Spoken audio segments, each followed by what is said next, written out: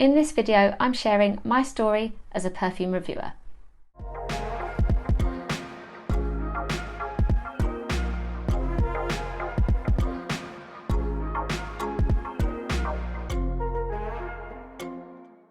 If you're new here, my name is Sarah and I am a perfume reviewer. Please do subscribe to my channel and join this All the Perfume community. And if you're not new, thank you so much for all of your support, for watching, liking and commenting on my videos. This is quite new for me and I've had it in my head for a little while to film more of these chatty topic kind of videos, but in particular I've wanted to film and talk about my story and tell you all about how I began collecting perfume, why I love it, how the reviewing started, where I'm at with everything now, and also my plans for the future. I just kind of want to really share that side of everything that's going on really and hear from you. I love chatting to everybody in the comments of my review videos, of my collection videos, and there feels like there's so much more to say. So let me know what you think of this and come and say hello in the comments. Let's start with my love of perfume. Now, some people have quite a cute story for this, don't they? Like seeing perfume bottles lined up on their mother's dressing table and that kind of thing. And my mum does wear perfume. She does enjoy it, but it doesn't really come from her. And I have a story of me making perfume with rose petals, putting them in water, but that doesn't really feel like the journey that took me here. That was just, I knew you could do it. I was a child and I played and I made perfume. The real start of loving perfume for me kind of goes back to Tommy Hilfiger and Tommy Girl.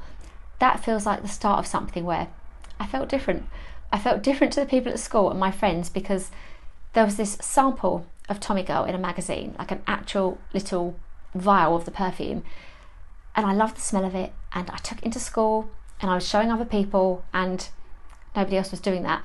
They might have been into makeup, but nobody else seemed to be bothered by perfume, and I didn't think anything of that or think, you know, aren't I great, I love perfume. They don't. It wasn't that, it was just different.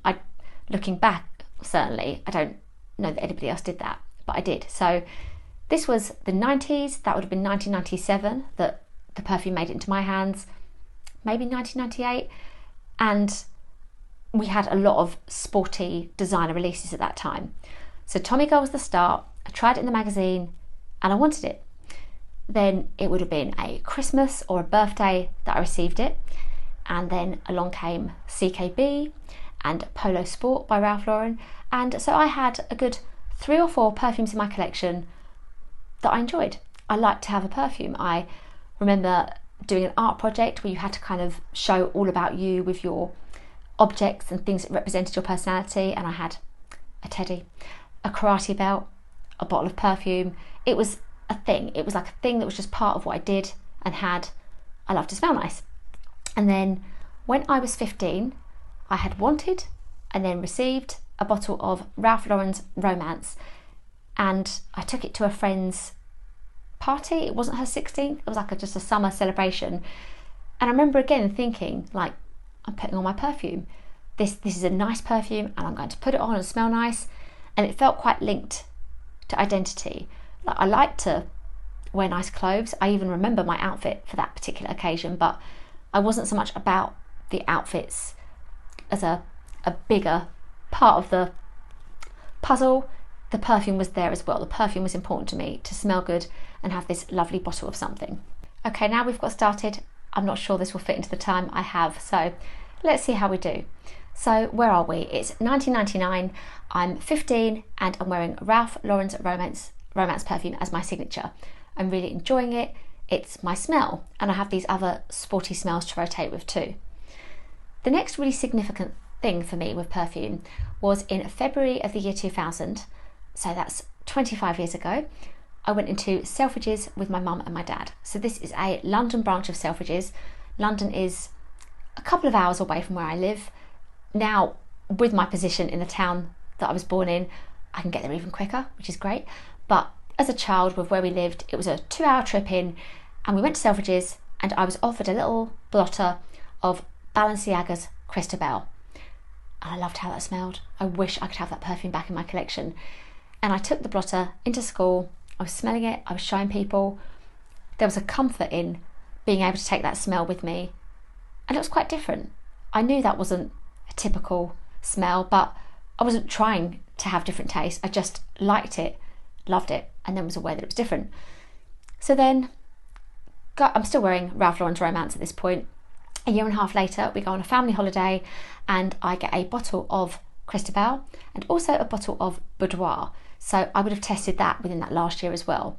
And Vivienne Westwood's Boudoir, you know, in the fragrance world, wouldn't be particularly groundbreaking now with the things we love and try, but going back to living in a town in England in the year 2001, nobody smelled like that. So I then have in my collection 2 very distinctive perfumes that, you know, with my friends, it's known that I enjoy perfume. Perfume is usually on my birthday or Christmas list, and I love to have it.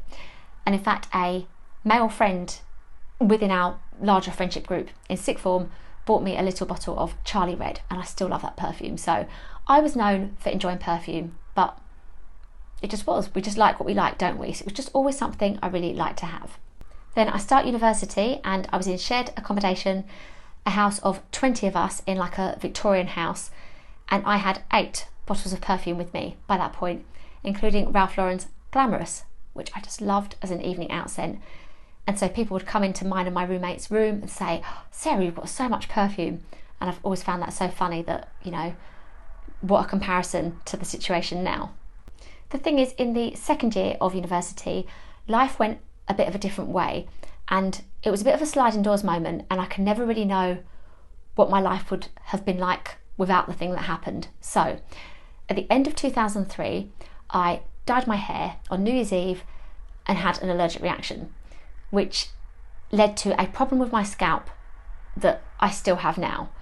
So that's not great. And then after that, so that was the end of 2003. Am I getting mixed up? No, that was the end of 2003. And then we go forward. That next year isn't great. I didn't have a lot of confidence. I didn't even tell my parents what I was going through. I just had really bad skin and didn't know what to do. So it was a few months where I didn't even have any medical consultation on it. Not a great time. And then we go forward, and I remember Britney's Curious coming out. And I had other perfume loves along the way, like Coco Madmoiselle by Chanel. And so I was still enjoying my perfume. It was still a thing in my life. But when Britney's Curious came out and the packaging looked so great, and you had other products in the line too, it was exciting. And I loved it, and I wouldn't have had a lot of spare money, but I was able to buy the perfume, and it seemed to kind of reignite something in me for my love of perfume, and then a kind of collector element started too. So Britney's Curious was quite early on in the celebrity releases, and so from then on we had other celebrities bring out their perfumes, and I think then it was just like a different launch or release coming our way every few minutes, and so it was easy to kind of become a collector where I would look out for the next perfume coming up. But I'm skipping ahead a little bit.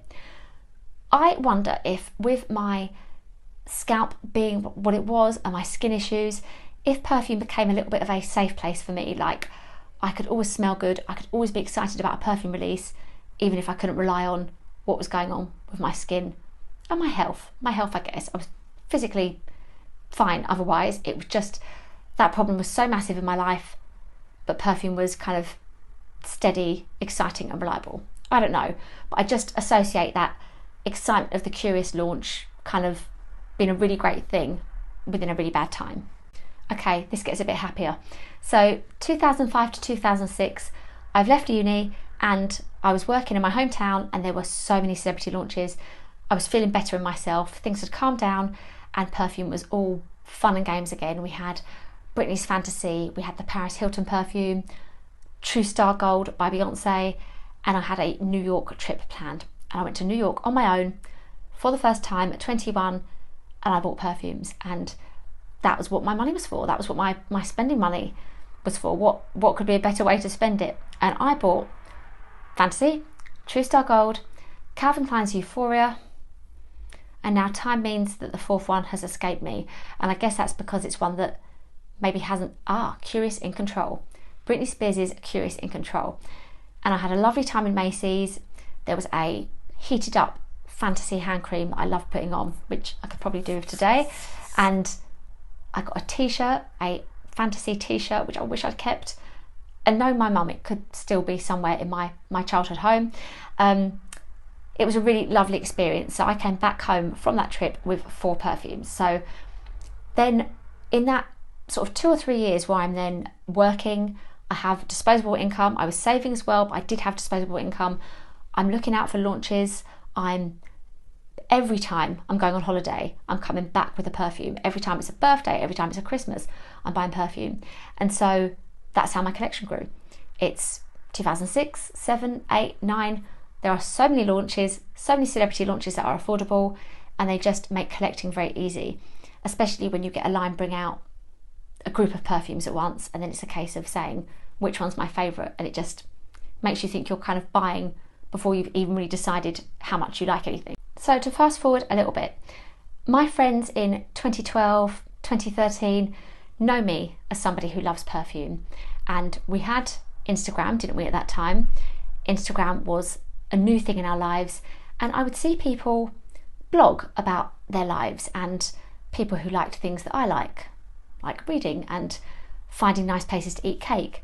And I would think to myself about wishing I could be a blogger. So I had a personal Instagram, which I still have, and that by about 2014 was kind of looking like the Instagram of somebody who maybe did it for a living, like I really did, show on there every day what I was doing, and I made it look quite nice as well. But perfume only kind of crept in occasionally.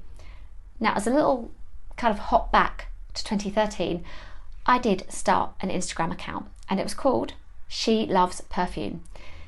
And my original little icon profile picture was the same one that I originally used for all the perfume, and it was an Elizabeth Taylor quote, "A girl can always have more." And with that account, I showed every single day what I was wearing. Quite simply, just the perfume I was wearing, and I reached 1,000 followers. And then in the way that our phones work, and if you've got a contact in your phone, your social media will pick up and suggest that person to you as a social media friend. A friend of a friend found my account and followed it. She followed the perfume account, and it just kind of made me a bit like a deer in headlights, a bit kind of feeling like I'd been caught out on like a secret thing maybe. I'd not seen that space as something that my friends or friends of friends would know about, and so I closed the account. And I've been pretty confident really throughout my adult life. Even with the issues I've had, I've got a bit of a confidence and a standard with how I think people are meant to treat people. So I look back at that and I kind of can't relate to how I didn't feel confident enough to keep that going, because what is wrong with a perfume collection anyway? It just, I guess a lot of people feel with their social media, it's for their people, their like-minded people on that passion more than it is their friends and family. So I can kind of look back and see, sometimes I think it's a shame I didn't keep it going, but we'll get to the good bit. It kind of all worked out in the end. So I'm there, it's 2013, I love perfume, I've got a lot of it, I'm receiving it as gifts, I'm buying it on holiday, and what's my point? It's part of me. It's something I enjoy.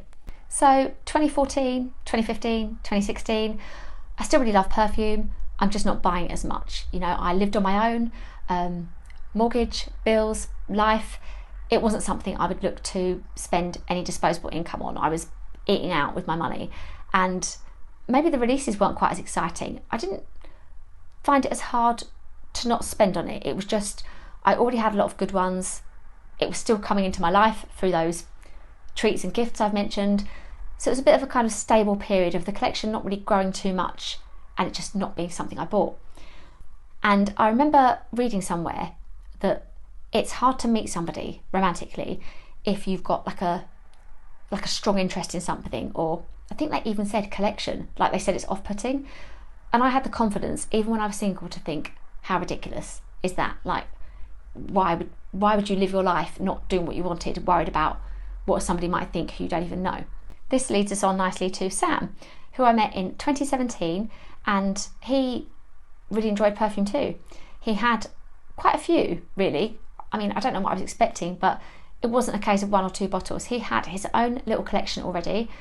It's not something that we, bonded on or talked about. It's just he really liked to smell nice, and he had some good scents, and that was great. I was like, oh good, you appreciate it. And never did he make me feel odd for the fact that when he visited me for the first time, I had a lot of perfume. It wasn't like, oh, you know, you've spent a lot of money on this, or how did you get that many? There was no shame in it. It was just, everything was good. Everything was seen as a nice thing. And then he would encourage me to buy perfume as well. And I say to him now that sometimes we'd be in shops and I remember him saying, get it, he'd say, about like a really good deal or something. So through kind of his attitude and the fact that because of being with him, we'd be in like the town centre together, I started to test perfume again more regularly. I didn't really like going into town on my own then. When I talk about town, I'm talking about my local town centre. I can go into London on my own quite happily. I'm not so great at going into the town centre. So with Sam in tow, we would test out perfume. And when we had little trips away, when we went to the airport, we would test perfumes, we would go to department stores, and it became, you know, part of our lives. In 2018, Sam encouraged me to start up an Instagram. So he knew that I'd had the previous one. And I always remember us sitting on the couch at home and coming up with an idea and saying we'd have like 7 days of the week and each day would have a different theme of what you'd post. I've just had a time check, we can do this. So I start posting daily and I kind of make that my thing, that I'm going to post daily, and my goal was to review, really, to be a perfume reviewer. I kind of saw a space for it in the UK, I enjoyed it, and I wanted a community around loving perfume and showcasing new ones. And I remember Sam saying early on that I should take a photo of my Britney fantasy bottles, and I was like, I don't think anyone will want to see that.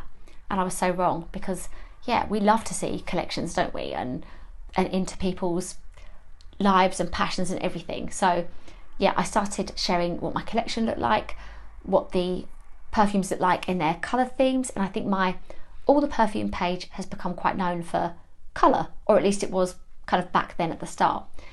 And the reason I called it All the Perfume is because I believe in affordable fragrance being something that can smell amazing. So you can pay a lot for a perfume, you can pay hardly anything, and it can be enjoyable or not enjoyable, whichever way around. Like, it just doesn't matter. And that is my quite handy approach to my reviewing, that I will try absolutely any perfume, but I will be honest with my audiences about what I'll buy with my own money. So there we have it. All the Perfume is underway. I'm posting daily, and then we hit lockdown, didn't we? And with my usual work, my usual paid work lessened, with more time at home, I upped the posting. I'm posting more, and my page is doing really well and growing. Then I was expecting my first child in lockdown as well. So then life changed again, and you know, my personality type is that I was still posting my perfume pictures while in hospital having Nathan, but I really enjoyed it, and so the commitment I made to posting every day just felt right. I'm a little bit all or nothing. I think if I hadn't stuck to every day, there would have been like 4 or 5 days in between, so it wouldn't have worked for me. So by 2021, my page is colour photos, and it's the roundups of what I wear every week, and some reviews as well. Then in that exact time, 2020 to 2021, I started to get some paid opportunities as well. So I'm taking my business of All the Perfume more seriously and enjoying it. And then when my son was just under 6 months old, I went back to work, to my usual business, and I'm doing everything at once. And I am a little bit known for overdoing it. So even when the goal hasn't really been to just be a perfume reviewer as such, I just feel like with perfume there are so many tabs open in my head that I want to kind of do a good job of what I set out to do. So it is sometimes at the detriment of having any rest time in the day that I carry on wanting to create, make videos and do all those things, which, you know, my son is now 4, but there is still not an easy balance. So I'm going ahead too quickly here. We're in 2021. 2022, I'm getting some paid opportunities and events come into my life. This is a nice thing. So because lockdown is over, I am invited to perfume events, and they are so fun and so lovely, and there's something that always make me feel like there's kind of, I don't know how to say this, I can't, so I'm just going to say what's in my head. Like I'm there already. I'm in a happy place because how privileged and lovely to go to a perfume launch and meet new people and meet new lovely people. Great, what could be better? So I love going to perfume events, and they're quite an important part of my life. Okay, now to sort out my thoughts, because we are catching up time-wise to the current day, but with more topics than I'd expected. So we have it that I have these lovely events, I'm receiving PR, I'm occasionally working for brands, but in 2021 I made my first video on here, and I realised that if I wanted to make perfume part of my livelihood, like a more stable part, that YouTube was the perhaps slower way to do it, but the reliable, steadfast way. And I met Sophie King from Soki London at a perfume event, and we talked a little bit about YouTube as well, and that was really nice, and I felt that that's the thing I wanted to do. But in my life, with my other business, with my son, I just couldn't make videos regularly, and it felt like something always got in the way. They felt kind of like a bit of a big deal to do, whereas now when I do it, I can fit it into my life more easily, and that is really what I want, because I really love doing this. I love the sense of community it brings, and the meaningful comments and the chat. So that's where I'm at with YouTube right now. I've brought us up to date quicker than I planned, that I really do love sharing videos on here, and what I want is to keep doing it, but more regularly, more reliably, and build this community. So yeah, YouTube was something that I wanted from 2021 onwards, because prior to then I just didn't feel comfortable enough speaking on camera. It felt quite odd to me, and if you look back at earlier videos, I probably don't sound very confident, and I've changed. I think I've got more comfortable doing it. So that's where I'm at with YouTube. This is the one that I feel I can trust. I love that people look back at older videos, and it feels like a resource that people can use for perfume. Instagram, on the other hand, it did well for me, and I say that I mean the sense of community, the love of seeing my pictures of perfumes on there and looking back at it. But I just feel that the posts get a bit lost. I don't understand the growth or the lack of growth, and as an app, actually, I don't really like the adverts that come up on the stories. Now my brain is coming up with another idea I want to talk about here. So I've had it in my head easily for a year that I really do want to be on my platforms more, talking about my values, because I've mentioned my skin and appearance and health as being unreliable things, and I feel like perfume can be such an amazing escapism from those problems. But even if I did have a reliable hair and appearance, my value is that those things kind of don't matter, and I'd like to be able to talk about that more. I've got really strong views on diet culture, or being anti-diet culture, and I'd like to kind of be sharing those values more, because sometimes I think that's all people need to hear, is another voice saying, you know, don't spend your life dieting, or that doesn't matter, or, you know, the way that I've seen other people online who've made me feel it's time to get started. Like, don't wait till later. Like, if you've got a video to post, get on there and do it. And, you know, these things are so good for life generally. Like, you don't have to be somebody who makes content to benefit from a confidence message. So yeah, I've been feeling that really keenly since turning 40, since the new year, that I just want to be on the camera more without worrying about things, even to the standards I have, and just being ready to be confident, to show confidence in any situation. Okay, I've got 5 minutes. Where are we? So we've got Instagram. Now I'm posting on Instagram my shorts, like my mini reviews from what I do in here. I'm posting my roundups. I'd like to be on stories. I want that more sense of real life and community, but it still feels like a bit of an unknowable beast for me. I'm just really grateful for it, that it's how I've connected with a few people who've been following me for a long time, and it's how I've met PRs and how I contact brands as well. So Instagram is there. I'm not quite sure what to do with it. We have YouTube, which, as you know, I'm loving. I'm back on TikTok now, and I'm really enjoying the feedback you get from people on there, and when people are asking questions and that can generate a video, it just feels like a really real place to be, and I like that, and one that doesn't feel as polished as Instagram. So that's where I am with the social media platforms. How to round this all together. In terms of my feelings about perfume buying, I am not buying a lot of it at the moment because I budget. in my family life, I am always saving towards different things, and I receive a lot. So I'm in a unique situation where it's easier for me as a perfume lover to not buy it because I'm likely to receive certain things I buy. But there's also still always things I want. So that's where I'm at with the buying. With the collecting, I think I've mentioned, unless that's a clip I'm not using, that I get to my kind of limit of bottles in the home space, and then I move some on. And with my reviewing, I really want to do more of this. I want to, when I receive a new perfume, I want that review to be on YouTube. I want to be like a resource of new perfumes, but I know I really want to feature more of the collections as well, and sharing a particular note like I used to, and answering questions, and really using YouTube like I have TikTok recently, of being that resource of answering questions that come out there.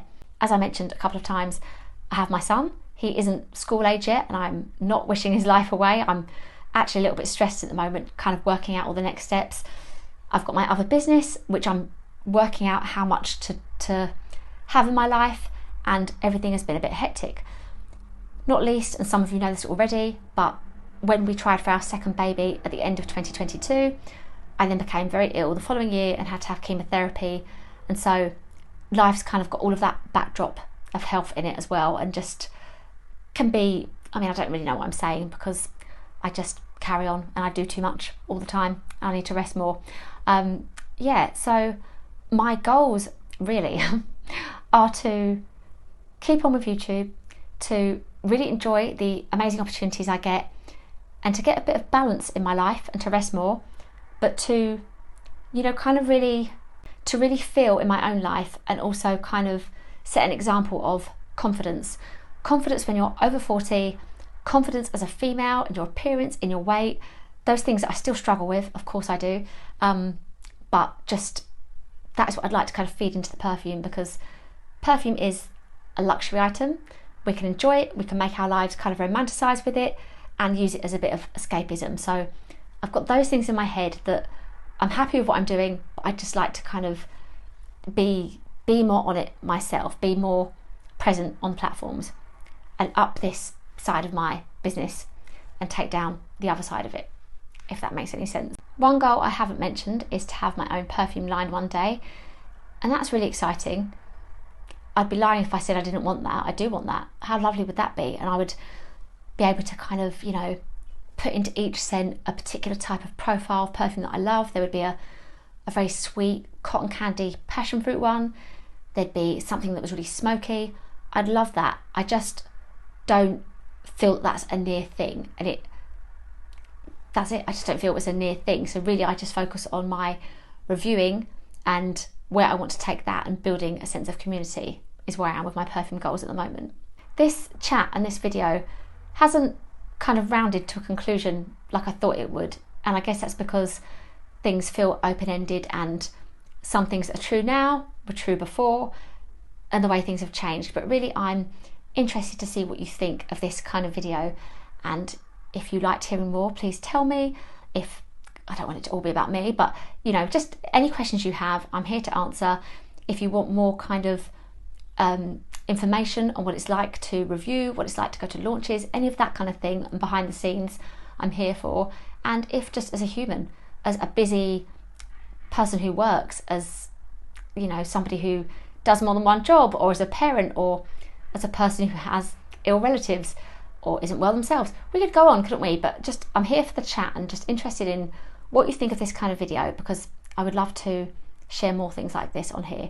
There are people who tell me that YouTube is not as formal as the other platforms, and I'm like, am I doing it wrong? Because it feels sometimes a little bit more formal to me. But yeah, we are getting there, and I would just love to hear from you, so please do. We're in 2025, things are good, and I'm here for your comments. So thank you for listening to my perfume journey. I hope I've answered what I set out to, the collecting, the love of it, where I'm at with my reviewing. Please do come and talk to me in the comments. I'd love to hear from you.